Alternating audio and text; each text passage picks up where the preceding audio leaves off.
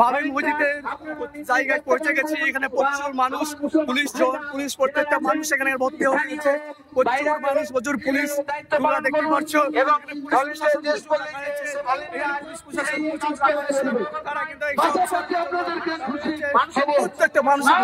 প্রত্যেকটা মানুষ খুশি উৎসব দেখতে পাচ্ছ।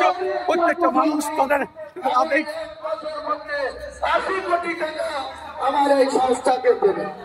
80 কোটি টাকা হোয়াইট মানি, তার কোম্পানি থেকে 80 কোটি টাকা আমাদের এই সংস্থাকে তিনি বাবরি মসজিদ এবং আমার ট্রাস্টিকে সহযোগিতা করবে।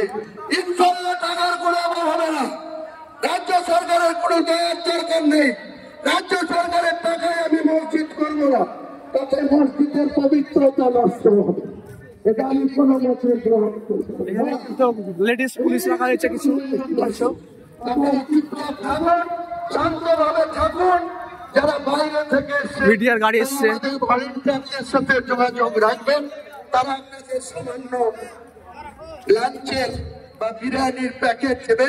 লোকাল ভাইদের অনুরোধ করে বলবো, এত লোককে আমি আপনাদের কোনো অতিথিয়তা আপ্যায়ন করতে পারবো না, আমাকে ক্ষমা করবেন। পরে খাওয়া দাওয়ার প্রতিযোগিতা হবে। দরকার হলে 10 লাখ লোক থেকে খাওয়া দাওয়া করবো, সেদিনকে আপনারা খাবেন।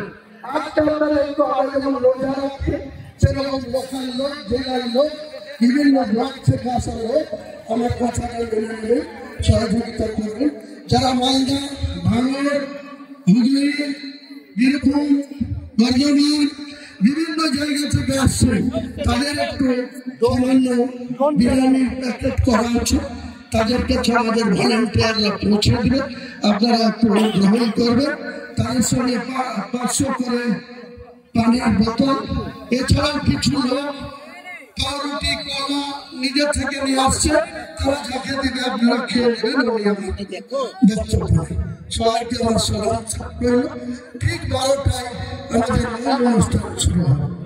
সালাম আলাইকুম।